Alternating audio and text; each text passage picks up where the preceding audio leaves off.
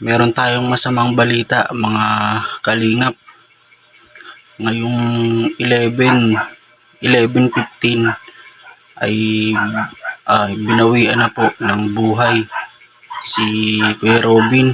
Hindi na kinaya. Kasi nakaraan po ay hirap na po daw huminga si Kuya Robin nun at hindi na makagalaw. Grabe, nakakagulat mga kamusik kalingap.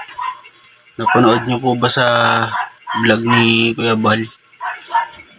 Nakakalungkot na nabawasan yung ating mga K-boys. Nakakabila, hindi ako makapaniwala mga kamusik kalingap. Parang kahapon lang, ang lakas-lakas pa niya. Nakakausap pa siya ni Kuya Bal. Hindi ko alam kung bakit.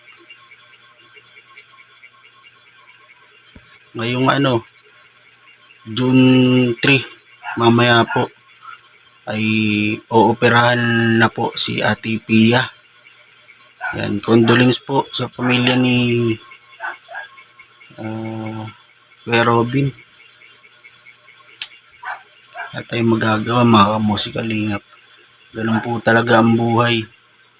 Ayan, kaya payo ko po sa mga kaibigan po natin dyan na kalingap. Ayan, daan-daan lang po ang pagdadrive. Hindi po natin masasabi ang aksidente. Condolence po sa pamilya ni Kuya Robin.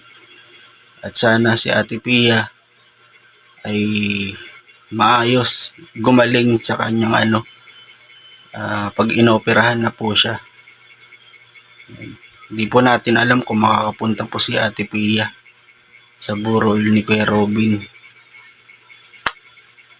Ay, hirap makapaniwala, ganun talaga ang buhay mga kamusik kalingap. Kawawa yung mga anak niya, bata pa. Mga 10 taon lang yata sila